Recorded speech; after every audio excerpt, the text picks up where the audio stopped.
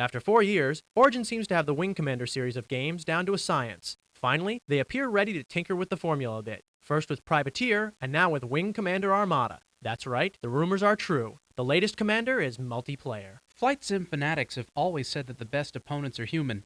Now that I've experienced multiplayer games for myself, I think they're right.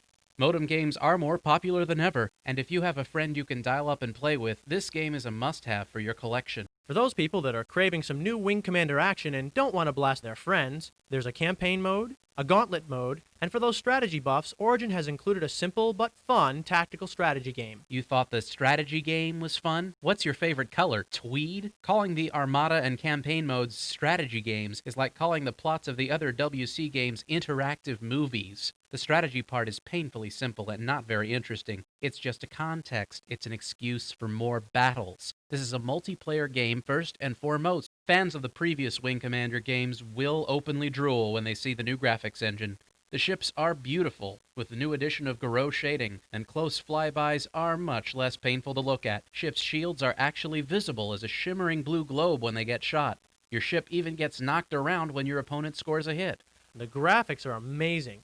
I barely noticed any pixelation at close distances. Sure is nice to be able to fly right up to a capital ship without having it turn into a big blob. I enjoyed the sound and music quite a bit. It seems that with every new Origin release, they top their last effort with better music and sound effects. Just wait until you hear the music for Wing Commander 3. Easy, boy. You're jumping the gun by 6 months or so. Try to remember which game we're reviewing here. But you're absolutely right. The sound and music, especially the sound, is improved tenfold over the other WC games. You can even record wave files through your sound card and turn them into taunts. It just doesn't get any cooler than this. The Netplay for Wing Armada is intense. In the initial release, 2 wing jockeys can duke it out at once, and more players will be available in the future. Yeah, in the floppy version, Netplay is basically the same as modem play, but once the CD version gets out, we'll see those extra players you talked about, 6 or 8 players in total. There are 10 ships to choose from in the multiplayer and Gauntlet modes, 5 Confederate, and 5 from the Kilrathi. Yes, you heard that correctly. For the first time in a Wing Commander game,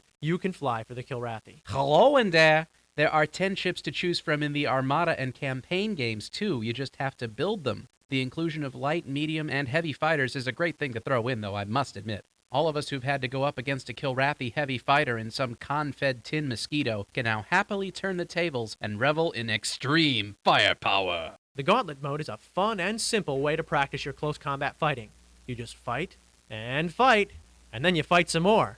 It reminds me a lot of Wing Commander Academy. Even though I don't think this game is very strong in the one-player department, I did get a kick out of the Gauntlet. It's just one intense battle after another, just what Wing Commander freaks like best. It's also a great way to turn yourself into a merciless deathmonger and make your friend look like a blithering idiot the next time the two of you play head-to-head. You can also play multiplayer Gauntlet in either cooperative or competitive mode. A human wingman, what'll they think of next? The campaign mode is a good addition for those striving for a little more structure in gameplay.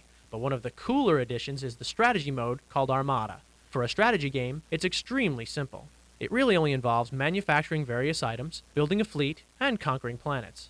But one of the special things about Armada mode is the ability to jump into any battle and actually play it out. The campaign mode is just an expanded version of the Armada game, with more than one sector to explore and an enemy homeworld to conquer at the end. But didn't we talk about the strategy games already?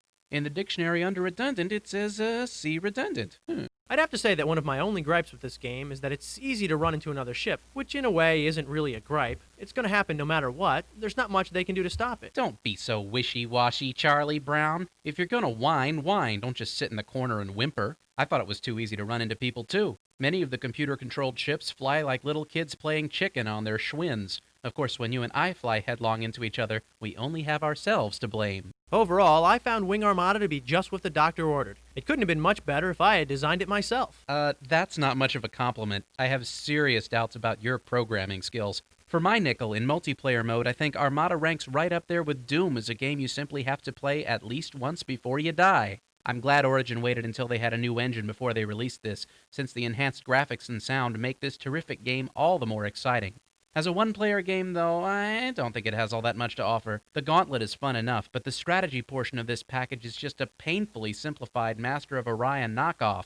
If you play modem or net games, you can't live without Armada. But if you're just a lonely schmo looking for some more Wing Commander action, save your money for Wing 3.